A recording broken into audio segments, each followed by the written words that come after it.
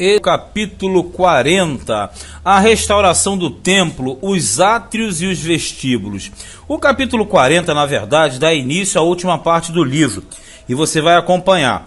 A partir do 40 até o 48, fala de um templo misterioso, um templo que, na verdade, é um templo fora dos padrões do templo de Salomão e até mesmo do templo de Zorobabel, que foi construído após o retorno do cativeiro. Então, logo de cara, nós devemos ressaltar o sentido de que esse templo aqui que nós estamos vendo aqui, nessa narrativa, e vai dar origem a uma sequência de capítulos muito interessantes, eles vão abordar diretamente o milênio, porque as dimensões desse templo nunca foram vistas em Israel, nem no tempo de Salomão, nem a posteriori. A grande verdade é o seguinte: quando nós começarmos a ler, você vai verificar uma série de medidas que é muito semelhante às medidas do tabernáculo, que eram extremamente complexas lá atrás, e depois também as medidas do templo de Salomão, que também eram complexas. Só que, na verdade, aqui as dimensões são muito maiores, o que dá a entender que se trata de um templo que nunca foi construído e ainda será construído. Mas à medida que nós formos lendo, eu vou esclarecendo mais aspectos. No ano 25º do nosso cativeiro, no princípio do ano, no 10º dia do mês 14 anos depois que a cidade foi ferida, naquele mesmo dia, veio sobre mim a mão do Senhor e me levou para lá. Veja bem, quando fala que tinha 14 anos passados que a cidade foi ferida, isso quer dizer, ferida, Jerusalém já tinha sido destruída pelo Nabucodonosor. Então, na verdade, está falando de um tempo mais à frente, que justamente foi o período onde você tinha uma terra totalmente devastada, e a situação lá era totalmente crítica. Quem estava no cativeiro não tinha essa noção. Você dá mais ou menos em torno de 572, 70, por aí. Aí diz assim, em visões de Deus me levou à terra de Israel e me pôs sobre um monte muito alto, e havia sobre ele um como edifício de cidade para a banda do sul.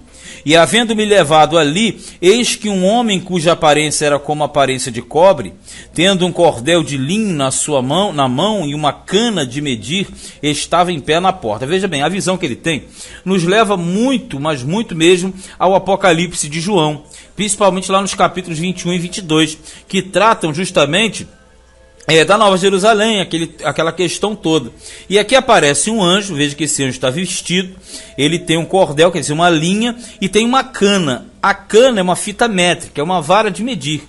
E disse-me o homem, filho do homem, vê com os teus olhos e ouve com os teus ouvidos, e põe no teu coração tudo quanto eu te fizer ver.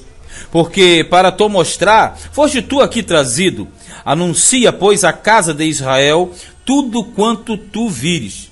E havia um muro fora da casa, em redor, e na mão do homem uma cana de medir, de 6 côvados, de 1 côvado e 4 dedos cada. Isso aqui, na verdade, seria com acréscimo de 1 palmo em cada côvado. É mais ou menos o que ele quer dizer aqui, quando ele fala 6 côvados de 1 côvado, de 4 dedos de cada um, quer dizer, mas seria mais ou menos o acréscimo de 1 palmo em cada côvado assinalado. E ele mediu a largura do edifício, uma cana, e a altura, uma cana. Então veio a porta que olhava para o caminho do oriente, quer dizer, para o sol, e subiu pelos seus degraus. Mediu o umbral da porta, uma cana de largo, e o outro umbral, uma cana de largo. E cada câmara tinha uma cana de comprido e uma cana de largo. E entre as câmaras havia 5 côvados, e o umbral da porta ao pé do vestíbulo da porta tinha uma cana por dentro, sem falar uma cana, uma medida por dentro. Olha só, que aqui cita no versículo 6, degraus, o que dá a entender que esse edifício ele está um pouco acima do nível normal, o que seria mais ou menos um altar natural. E nós temos essa visão do templo antes, né? E agora esse templo aqui, na verdade, é um templo depois, que tem várias conotações que eu vou falar mais à frente. Várias conotações, várias simbologias em cima desse templo que foi construído aqui. Aí diz assim no versículo de número 7, também mediu o vestíbulo por dentro e por fora, uma cana e tal, e mediu o outro alpendre da porta, que tinha 8 côvados, e os seus pilares 2 côvados, e o vestíbulo da porta por dentro. Quando fala vestíbulo, é vestiário. E as câmaras da porta para o lado do oriente eram 3 deste lado e 3 do outro, uma mesma medida das 3. Também os pilares deste lado e do outro tinham a mesma medida. Mediu mais a largura da entrada da porta, que era de 10 côvados, e o comprimento da porta, 13 côvados. E o espaço em frente das câmaras era de 1 côvado, e de 1 côvado o espaço da outra banda. E cada câmara tinha 6 côvados de um lado e 6 côvados do outro. Então, mediu a porta desde o telhado de uma câmara até o telhado da outra, 25 côvados de largo, porta contra porta. Também fez pilares de 60 côvados. Lembrando que eu estou esquecendo aqui, sempre o côvado, para você saber o equivalente em metros, divida pela metade. E o átrio até o pilar em roda da porta, 15. E desde a dianteira da porta da entrada até a dianteira do vestíbulo, da porta interior, havia 50 côvados. Fez também nas câmaras janelas de fechar e nos seus pilares, dentro da porta ao redor, da mesma sorte nos vestíbulos. E as janelas estavam à roda pela parte de dentro, e nos pilares havia palmeiras. Palmeiras, o desenho das palmeiras. E ele me levou ao átrio exterior, e eis que havia nele câmaras de um solhado que estava feito no átrio em redor. 30 câmaras havia naquele solhado, e o solhado da banda das portas era a par do comprimento das portas. O solhado estava mais baixo. Solhado quer dizer o pavimento. E mediu a largura da distância do átrio interior, por fora, 100 côvados, da banda do oriente e do norte. E quanto à porta que olhava para o caminho do norte, no átrio exterior, e nele mediu o seu comprimento e a sua largura. E as suas câmaras, 3 da banda e 3 da outra. E os seus pilares e os seus vestíbulos eram da medida do primeiro vestíbulo. De 50 côvados era o seu comprimento e a sua largura de 25 côvados. Você verifica que a leitura é extremamente complicada, assim como foi do tabernáculo e assim como foi do templo de Salomão. Eu vou te falar por quê. Porque, na verdade, o tabernáculo foi o início da lei, o início da aliança. O templo de Salomão estava no meio. E se você olhar bem, o templo de Salomão atendeu mais as necessidades de Judá do que propriamente de Israel. E esse templo aqui, na verdade, você vê que ele tem dimensões ainda maiores. E ele vai atender um espaço que é no milênio. Esse templo aqui é o chamado Templo Milenial. Esse templo será estabelecido no milênio. E ele já atende uma terceira exigência, como eu falei. O tabernáculo atendia todo Israel.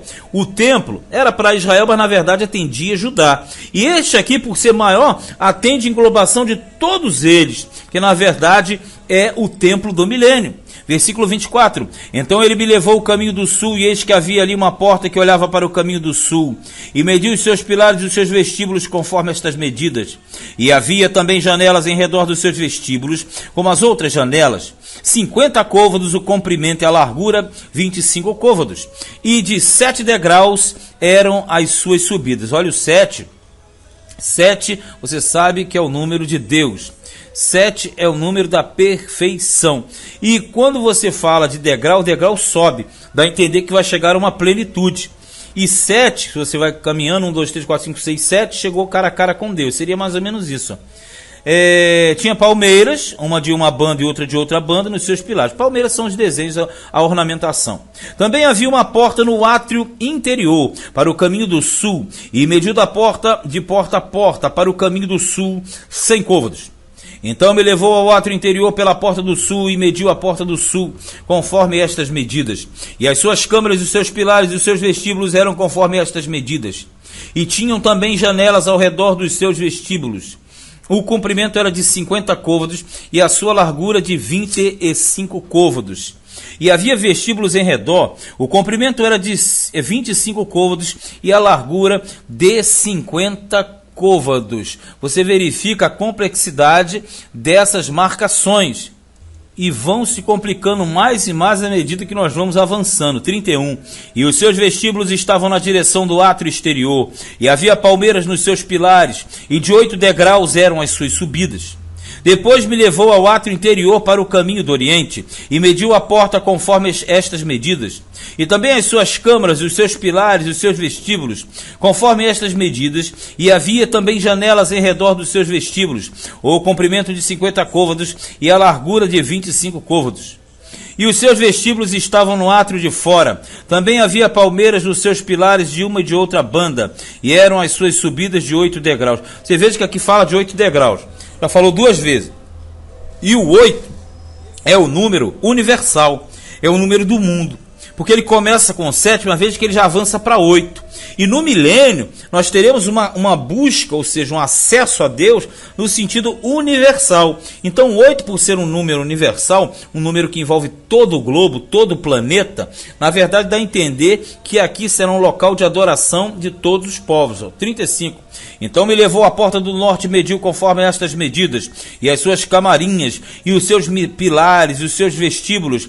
Também tinha janelas em redor, o comprimento era de 50 côvados, e a largura de 25 côvados. E os seus pilares estavam no átrio exterior. Também havia palmeiras nos seus pilares de uma e de outra banda, e eram as suas subidas de 8 degraus. De novo, fala o 8, fala dos pilares, e para você que não entende, ou não sabe ainda, pilar significa fundamento. E aqui fala que desse lado, os pilares são os fundamentos no átrio exterior. Aí você tem que atentar, por quê? No templo da forma antiga, o átrio exterior era a única parte onde podia ser pisado, porque os outros acessos eram restritos aos sacerdotes. Então, quando fala de pilares, que são fundamentos, fala de átrio exterior, que é um lugar de acesso livre para o normal. E ainda diz que sobe por 8 degraus. O que você entende? Que o fundamento, no milênio, que trabalha em cima de pilares fundamentados em Cristo Jesus, que aí, na verdade, abrange todo o sistema mundial. 38. E a sua câmara e a sua entrada estavam junto aos pilares dos vestíbulos onde lavaram o holocausto. E no vestíbulo da porta havia 2 mesas de uma banda e 2 mesas da outra, para nelas se degolar o holocausto e o sacrifício pelo pecado e pela culpa. Também da banda de fora da subida, para a entrada da porta do norte, havia 2 mesas, e da outra banda que estava no vestíbulo da porta, havia 2 mesas. 4 mesas de uma e 4 mesas da outra banda, aos lados da porta, 8 mesas sobre quais se imolavam. Veja que aqui tem algo muito interessante. Mesas, sacrifícios, holocaustos. Você fala, mas não é milênio? O Senhor Jesus já não está na terra? Sim, mas temos que entender que esse texto ele foi escrito para os judeus. Então, automaticamente, o judeu ele teria que ter uma visão de restabelecimento do sistema ritualista e sacrificial. Então, na verdade, se fazia, se fez e se faz necessário que a Escritura venha nos moldes da antiga aliança, porque, na verdade, eles tinham que entender no sentido de que haveria uma expiação. Só que nós entendemos que essa expiação já foi realizada por Cristo Jesus. E, na verdade, não haverá mais essas mesas para cortar a carne, porque, na verdade, no milênio, Cristo já cumpriu todo o sistema. Ele virá à terra para restabelecer aquilo que, na verdade, já foi cumprido. Então, a grande dúvida que você pode ter é, na verdade, respondida através disso. Isso aqui é uma leitura para o judeu, que também, diga-se de passagem, entendia que este templo era o templo de Zorobabel que viria a ser construído na frente. Caso que nós olhamos e sabemos que não é. 41. 4 mesas de uma e 4 mesas da outra banda, e os lados da porta, 8 mesas sobre as quais imolavam. 42. E as 4 mesas para o holocausto eram de pedras lavradas, quer dizer, pedra trabalhada. O comprimento era de 1 côvado. Quando fala de 1 côvado, é aquela questão, sempre dividindo, né? 1 côvado e meio, a altura de 1 côvado, e sobre elas se punham os instrumentos com que se imolavam o holocausto e o sacrifício, e as suas bordas, de 4 dedos de comprimento, estavam fixadas por dentro e em redor, e sobre as mesas estava a carne da oferta. E fora da porta interior, ou seja, ali naquele sistema, também você tinha o átrio, né, exterior, E quando você fala fora da porta interior, estavam as câmaras dos cantores. Aí está falando de uma administração da música. A administração essa que foi introduzida por Davi, ó, que estava na banda da porta do norte, olhava para o caminho do sul. Uma estava a banda da porta do oriente, qual olhava para o caminho do norte. E ele me disse: esta câmara que olha para o caminho do sul é para os sacerdotes que têm a guarda do templo. Veja, está falando do sistema sacerdotal. Ó. Mas a câmara que olha para o caminho do norte é para os sacerdotes que têm a guarda do altar. Estes são os filhos de Zadok, que se chegam ao Senhor dentre os filhos de Levi para o servir. Vejamos, aqui é algo de muito importante. Zadok, ele foi justamente o substituto da casa de Eli. O último da casa de Eli foi Abiatar. E Abiatar, durante o reinado de Salomão, ele foi tirado e Zadok foi introduzido. Detalhe, Zadok, já no reinado de Davi, ocupava um cargo muito importante. Porque Zadok era a casa fiel, semelhante à casa fiel de Davi. Aí o que nós temos aqui? Quando Abiatar saiu fora e Zadok entrou no lugar, ele entrou no reinado de Salomão. E Salomão era uma prefiguração do milênio, no sentido de todo resplendor, toda glória, junto com o reinado de Davi. Isso aí nós sabemos. Então aqui, quando você fala de Zadok, não seria propriamente que o sacerdote estará sacrificando, mas Zadok sim aqui aparece como símbolo de fidelidade a Deus, assim como Davi apareceu lá no capítulo 37 também, ó, que se chegam ao Senhor para servir dos filhos de Levi, ó, e mediu o átrio e o comprimento de 100 côvados e a largura de 100 côvados, um quadrado, e o altar estava diante do templo. Então vamos lá, aqui fala de um zelo, fala de um sacerdote padrão, fala de um rei padrão. Então, na verdade, ambos simbolizam uma plenitude, porque se Zadok era um sacerdote que agradava a Deus, é sinal de que Jesus agradou a Deus. Se Davi agradava a Deus, Jesus agradou a Deus. Então, na verdade, o grande Zadok que aparece aqui, embora o personagem possa estar presente, mas o grande detentor de todo o domínio é justamente o Senhor Jesus, ó.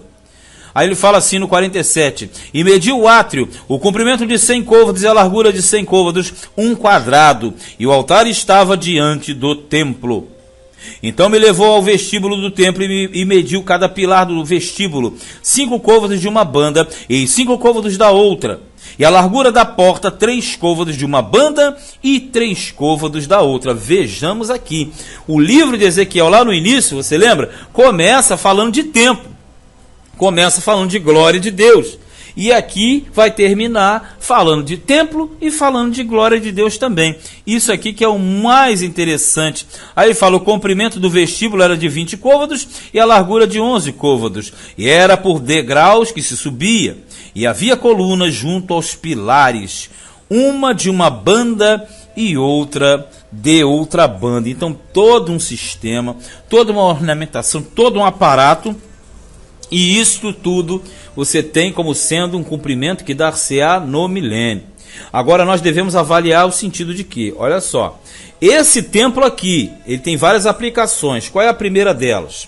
Ao longo da história, a aplicação desse templo era a vinda do próprio Senhor Jesus, que através do seu corpo, quer dizer, o seu templo, o seu tabernáculo, fez de nós também templos, tabernáculos ambulantes. Esse é o primeiro plano.